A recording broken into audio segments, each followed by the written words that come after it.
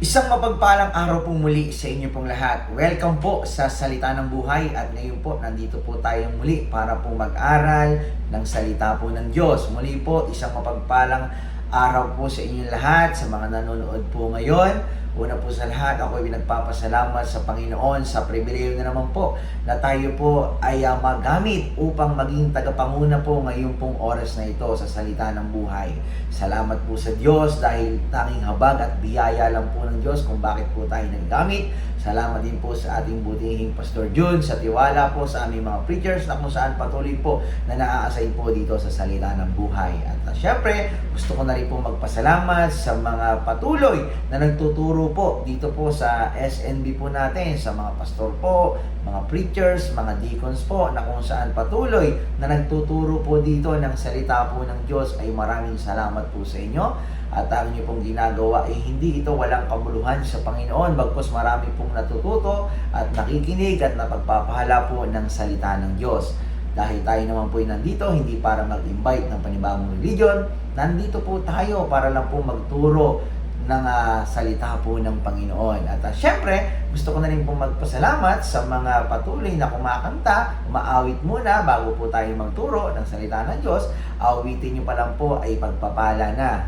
No? At syempre, salamat din po sa mga IT team na kung saan sila po yung patuloy na gumagawa po ng pag-edit po dito po sa ating programa para mas lalo po nating maintindihan, maunawaan at para ma-play po ito ng maayos po sa ating pong online ministry. At yung mga nanonood pa rin po sa atin noon hanggang ngayon, syempre gusto ko pa rin po kayong pasalamatan na kung saan nandiyan pa rin po kayo kahit hindi na po pandemic days, kayo po talaga yung oras ng hapon ay inilaan nyo na para po makinig at manood po ng salita ng buhay. Lagi ko pong napapansin, no, sila Mami Malulaw, sila Mama Claridades, at yung mga iba po nating brethren abroad na kung saan kaibigan po natin, salot sila Tita Honor na kung saan tune in po, no? At meron din tayong Luzon, Visayas, Mindanao na kung saan ay tune in po dyan. At syempre, lalo na po sa BHPC members po na kung saan talaga naman lagi pong nanonood. Alam niyo po kung sino-sino po kayo na kung saan laging nandiyan naka-tune in na po. At sa mga hindi pa po nanonood, nakiki-encourage po natin sila, itag po natin sila na kung saan manood po sila kasi po lahat po ng tinuturo po dito, lahat ng pinapangaral po dito talaga naman pong pagpapala po. Kaya nga po salita ng buhay, habi nga hindi lang tayo sa tinapay na bubuhay, kundi sa salita rin po ng Panginoon. Ito po yung salita ng Diyos. At dito lang po ay nag-aaral lang po tayo, nagba-Bible study lang po tayo through online. Kaya sa mga nandyan po, isang mapagpalang araw po sa inyong lahat. At tayo po ngayon ay mag-aaral na ng salita po ng Diyos. At muli po, ako po ang inyong lingkod, Preacher Cyro, na kung saan ay naka-assign ngayon pong oras no para po magturo. So ngayon po ay buwan na po ng October at gusto ko pong bumati po sa mga may kaarawan ng October at may mga anniversary po sa inyo. Pagpalain po kayo ng Panginoon. At ngayon din po ay October is Pastor's Appreciation Month. At kaya po ang ating topic ngayon is all about pastor na kung saan ay ito yung tamang panahon. Bagkus dapat naman talaga ay ina-appreciate natin sila hindi lang buwan ng October, bagkus every month, no? Pero kasi yung buwan po ng October, ito po yung tinalagang Pastor's Appreciation Month. Kaya ang topic ko po ngayon is all about pastor, no? Kaya ngayon po, hindi na po ako para magpakatagal. Kung meron po kayong mga Bible, wala po tayo po ay babasa ng talata mula sa Biblia, sa banal na kasulatan ng aklat ng Jeremiah. Jeremiah chapter 3, verse 15. Jeremiah chapter 3, verse 15. At ito po ang sinasabi ng salita ng Diyos. And I will give you pastors according to mine heart, which shall feed you with knowledge and understanding. So, ang title po ng pag-aaralan po natin ngayon ay a gift from the heart of God. A gift from the heart of God. So, mandali po tayong yumuko at pumikit. Tayo po ay humingi ng gabay, patnubay sa ating pong Diyos. O aming dakilang Diyos, amang makapangyarihan sa lahat. Panginoon, maraming salamat po sa minsan pa kami po yung mag-aaral ng inyong salita. Salamat, Panginoon, sa habag at biyaya po ninyo na patuloy na ipinapadama po sa amin. Lord, patawad po sa aming mga pagkakasala, pagkukulang po sa inyo. At ngayon pong oras na ito ay patuloy na mangusap, mapagpahala po kami at mapaalalahanan, Panginoon, niyang salita. At Lord, ngayon po, bigyan niyo niyo po ako ng karunungan, katalinuhan na nagmumula po sa inyo. Dahil alam ko po sa aking sarili, kung wala po kayo, wala rin naman po akong magagawa. Panginoon, pagpalain niyo po ang mga nakikinig at nanonood po ngayon pong oras na ito.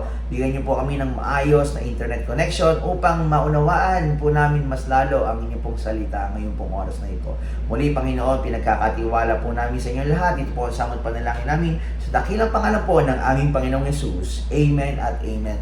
So, sa ating pong binasa sa aklat po ng Jeremiah, ang tao pong ginamit ng Diyos na sumulat po dito ay walang iba kundi si Prophet Jeremiah, na kung ating pong aaralin, ito po yung panawagan ng Diyos na sa mga kanya pong bayan ay manumbalik sa Panginoon. At talagang ito po kasi yung restoration na kung saan po ay ang gusto ni Prophet Jeremiah ay ang mga mananampalataya ay manumbalik sa Panginoon. Kaya ang Diyos po ay nagbigay po na kung saan ng mga pastol, no? Ito po, dito lang naman po iikot po yung ating pong pag-aaralan ngayon pong hapong ito. So sabi ko nga po, October na po ngayon, it's all about Pastor Appreciation Month. Kaya ito po ang ating pag-aaralan, it's all about the pastors, no? Kung hindi naman po kayong lahat member po ng BHBC, marahil meron po kayong sa inyong church ay meron pastor. So hamaw po, meron po tayong mapulot na aral po ngayon pong oras na ito. So, sa ating pong binasa, meron po tayong tatlong puntos na makikita po natin yan para po sa ating introduction. Makikita po natin yan yung the giver. So, sabi po kasi yan, and I will give you. Okay? Pastors, before muna may nagbigay ng pastor, meron muna nagbigay. Sino po yon? Yung the giver, walang iba kundi ang Diyos po, no? Ang Panginoon. So, kapag tayo kasi pag nagkakaroon na may nagbibigay po sa atin ng regalo, may nagbibigay po sa atin ng something na kung saan, minsan tinatanong mo na, kanino galing ito? Kanino ba, saan ba galing po ito? Kanino ba ito nagmula? So, yung nire-recognize natin kung sino yung nagbigay. So, makikita po na yung the giver. Walang iba kundi ang Diyos. So, pangalawa, makikita po natin yan yung the gift. Sabi po kasi dyan, and I will give you pastors, di ba? According to mine heart, di ba? We shall feed you with knowledge and understanding. So, sinabi po yung word na pastor. So, siya po yung sinasabing binigay po, no? Yung ipinagkaloob, yung regalo, yung the gift, yung regalo. Sino nagbigay? Ang Diyos. At ang regalo ng Diyos ay walang iba kundi ang pastor. So, ayan po yun. So, kaya po, kung sa ating pong church, may pastor po, ayan po ay regalo ng Diyos mula sa kanyang puso. So, at pangatlo po, makikita po natin dyan, yung God's people. Nakita natin yung giver, yung gift, and then yung God's people. Sino yun? Sabi po kasi, and I will give you pastors according to mine heart, which shall feed you with knowledge and understanding. Meron daw pong maghahayag, di ba? May magbibigay po sa inyo, di ba? Ano po yun yung salita ng Diyos na magpapangaral sa inyo, magpapayo sa inyo, maggagabay sa inyo. Yun po yun na kung saan yung mga tao, kung bakit po may pastol, kasi may mga tupa, di ba? May maggagabay, mayroon pong magga-guide. So, ayun po yun. Kaya maliwanag po kung bakit po tayo mahal ng Diyos. Nagbigay siya ng mga pastor para po na kung saan tayo'y gabayan, tayo po ay ingatan, tayo po ay akayin, no? Palaguin ng salita ng Diyos. So, sila po yung ginagamit. So, ayan po yung makikita po natin doon sa ating pong pag-aaralan. At dito lang naman po tayo magfo-focus. So, ito po, tayo po idadako na sa mensahe. Ito na po yun, yung a gift from the heart of God. Number one, we need to accept the gift. Kailangan tanggapin po natin, no? Yung regalo. Ano yung regalo? Ang pastor. Kaya sa bawat churches po, meron pong pastor na inilagay ang Diyos. So, kapag ang pastor inilagay yan, dapat tanggapin po natin. Kasi po, sabi ng Bible, and I will give you pastor. Sila ay regalo ng Diyos mula sa puso. Tayo po ay dapat lang bilang isang mananampalataya ay tanggapin ang regalo ng Diyos. Sabi po kasi sa Jeremiah chapter 3 verse 15. So sa Tagalog po, para mas lalo po nating maunawaan, sabi po yan, at bibigyan ko kayo ng mga pastol ayon sa aking napupusuan na magpapakain sa inyo ng kaalaman at unawa. Ibig sabihin po na magpapakain, hindi naman itong physical bagkos spiritual. So sila po yung ating spiritual leader na nagbibigay po ng tamang payo po sa atin kapag kakailangan po natin, di ba? Sila po yun. Kaya ang Diyos po matalino Di ba po parang sa isang basketball, di ba? Yung mga players, magagaling po yan. At may kanya-kanya pong tungkulin yan. Kapag ka sila po walang coach, minsan nagkakatalo-talo, nagkakaroon ng mga hindi pagkakaintindihan. So, kaya po may coach, ibig sabihin, para po may mag-guide, para po mayroong maggagabay, may magtuturo, may magpapayo. So, ayun po yun, na sa atin din po, mayroon pong pastor na kung saan inilagay ang Diyos po sa atin. Kaya po kapag mayroon pong sinasabi ang pastor po sa atin, ay dapat lang po ay sumunod po tayo, no? At pag tinanggap na kasi natin siya, na siya yung pastor, siya yung leader, so hindi naman po boss, no? Iba po kasi yung boss tsaka leader eh. Yung leader po yung nagagabay, pero yung boss po kasi nag-uutos yan. So, dito po, inilantulad na kung saan maggagabay, magbibigay daw po ng mga kaalaman, magpapakain. Ibig sabihin, yung salita po ng Diyos. Salamat nga din po kasi ang ating pastor ay patuloy na kung saan naghahayag ng salita ng Diyos at patuloy din po nagte-train, no, ng mga preachers at saan ay para rin po magamit, maghayag din po ng salita po ng Panginoon. So number one, makikita po natin, accept the gift, di ba?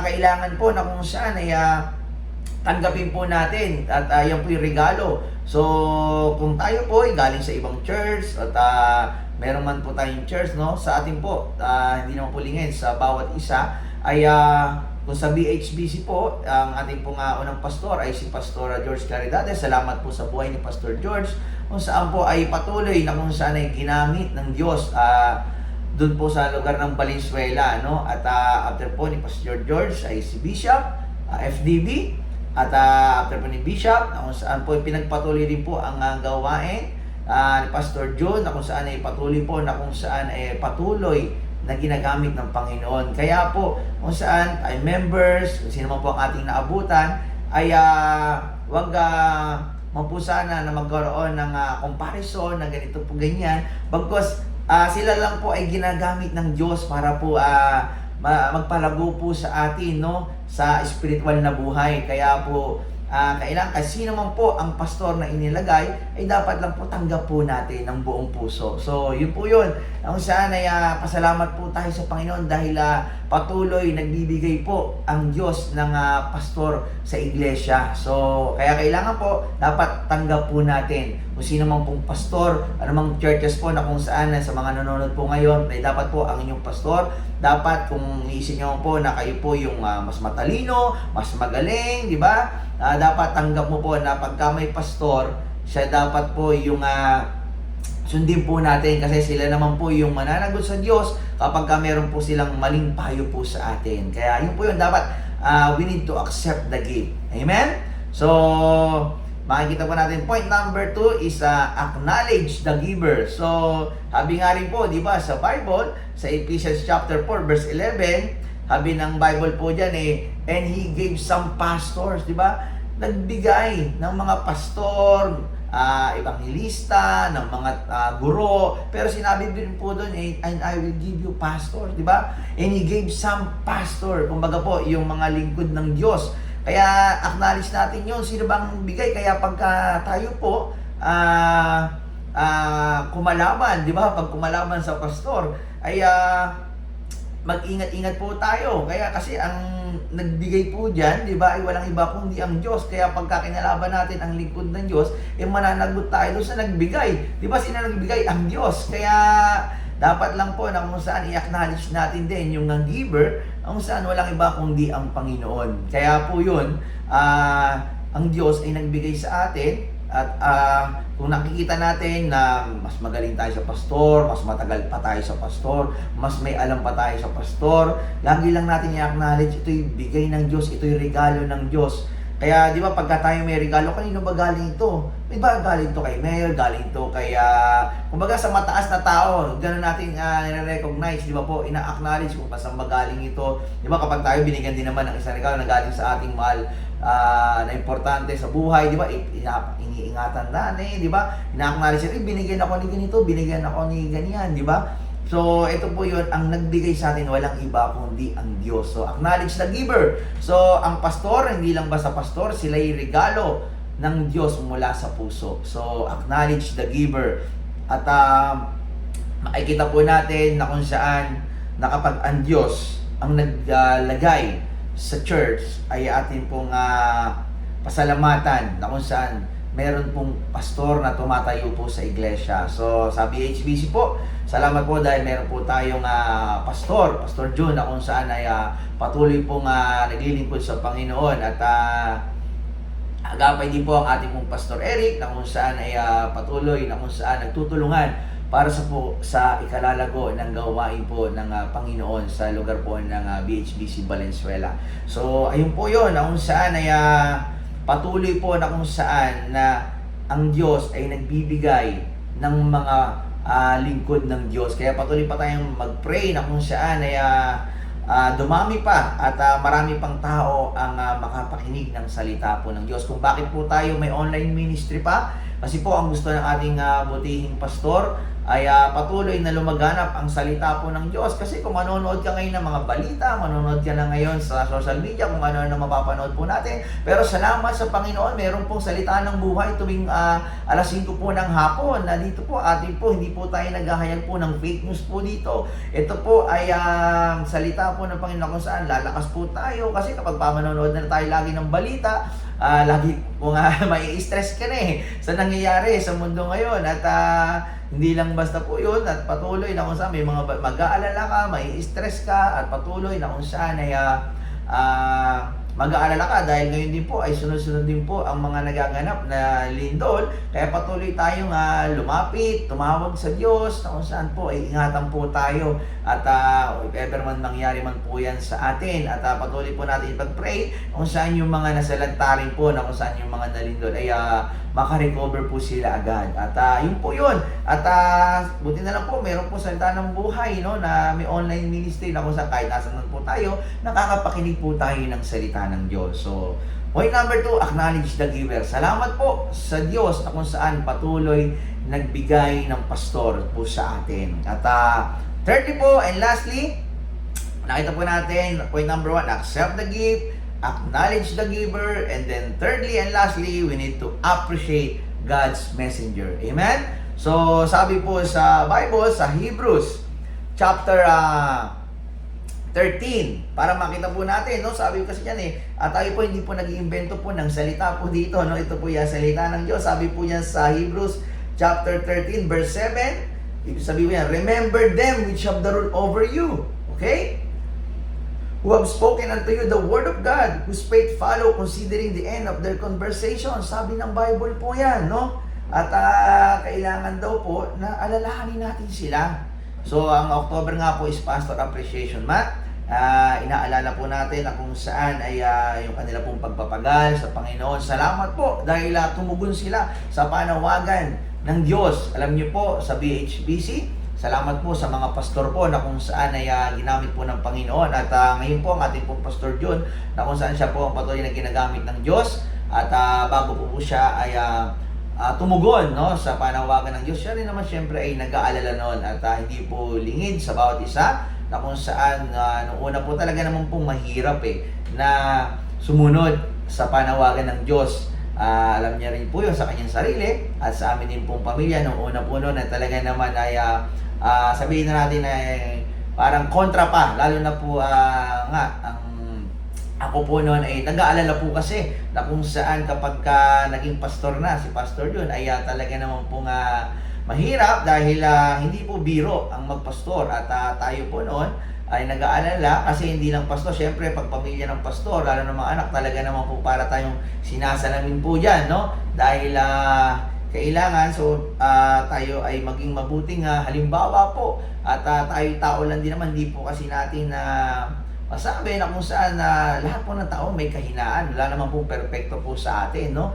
Kaya ang ating mong pastor din po noon ay nagdalawang isip din at na kung saan ay tutugon sa panawagan ng Panginoon, pero hindi rin po nagtagal at siya rin po ay tumugon sa panawagan ng Panginoon at yun po yun. At salamat din po na kung saan ang ating pong pastor yun ay tumugon sa panawagan ng Panginoon. Kaya nanatanong po namin kung ito naman po kasi ay patuloy po nating hindi po tutugunin yung panawagan po sa ating pong pastor yun, lalo na po ako. Kumbaga naisip po namin ang Diyos na ang makakalaban po natin kapag ganun po yun. Kasi sabi nga po, magbibigay po ng, di ba, ng pastor ang Diyos kapag kinalaban mo at kinontra mo, di ba, talaga naman ay mananagot ka niya. Tayo po noon, nung bilang anak, ay dating kontra, pero ngayon, salamat po sa Panginoon dahil din tayo, ang ating Pastor Jun, siya rin po ang nag-share po sa akin ng salvation at lumapit. Kumbaga, naglapit po sa Panginoon at doon po natin lubos na unawaan, no? Kasi tayo noon bata pa po tayo noon. Pero ngayon po, salamat din po dahil naging preachers din po tayo sa church. At ngayon na mas naunawaan po natin, no? Na kung saan talaga naman nung unang panahon, syempre ang kaaway, gagawa at gagawa po yan ng talaga namang para hindi matuloy, di ba? Kasi yung gagawin, basta isipin po natin ito, no? Kapag meron tayong gagawin sa Panginoon, lagi mong asahan, laging may kontra dyan, merong mga gagamitin ng kaaway dyan para hindi ka matuloy. So, tayo po na nung bata po ay kumbaga isa at sa dahilan, no, na para kumukontra pa, pero salamat po sa biyaya at tabag ng Diyos. At ngayon mas lalo po nating naunawaan, naintindihan kung tayo kumukontra noon sa ating Pastor Jun. Ngayon po ay tayo po suportado na sa ating pong Pastor Jun. At sabi ko po sa kanya, hanggang siya'y nabubuhay, hanggat kaya niya pang mag-preach, hanggat kaya niya tumayo, siya po ay patuloy na maglilingkod sa Panginoon. Walang graduation sa paglilingkod sa Panginoon, bagkos pag ikaw'y kinuha na ng Diyos sa langit, doon palang matatapos. Kaya patuloy po natin ipag-pray, panalangin ang Pastor Jun na kung saan ay patuloy po na magamit sa ikalalago ng gawain. Siyempre na rin po ang kanyang kaagapay din si Pastor Eric, andyan po sa church, ay patuloy din po natin ipag-pray at patuloy din natin i-appreciate kasi po ito ay linggo din po ng Panginoon. Salamat po. Siyempre sa mga preachers po natin na kaagapay, mga diakono na nandyan, mga leaders po at mga teachers po na kung saan kaagapay ng ating Pastor Jun. Alam po ni Pastor Jun sa kanyang po nga sarili na hindi niya rin po magagawa rin po yan, tanging habag at biyaya ng Diyos. At siyempre po, may mga key people po na kung saan kaagapay, kabalikat sa gawain. Kaya patuloy lang po, members, na patuloy po tayo magpalakasan, magpanalanginan sa isa't isa. At lalo na po ang ating pong pastor, ipag-pray po natin yan. Di ba? Sa word ng pastor, may mabubuo ka po dyan. Di ba? Yung letter P, we need to pray for him. Dapat ipanalangin natin ang pastor. Dahil alam niyo po, mga kapatid, mga minamahal, walang ibang gusto ang kaaway kundi mapabagsak ang siyempre yung leader diyan, no? Alam niyo po ang pastor natin may kahinaan din po yan. Lahat ng pastor may kahinaan, wala pong perpekto.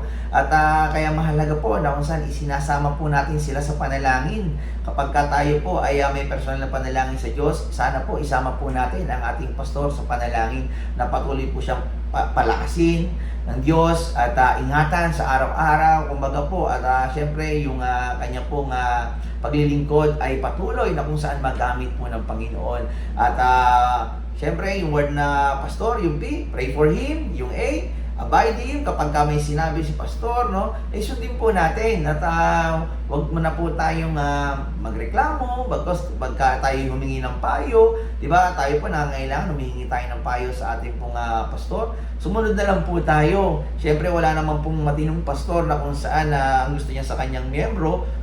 Kasi po ang turing na po ng pastor sa kanyang membro ay mga anak Ang gusto niya po diyan mapaayos lang.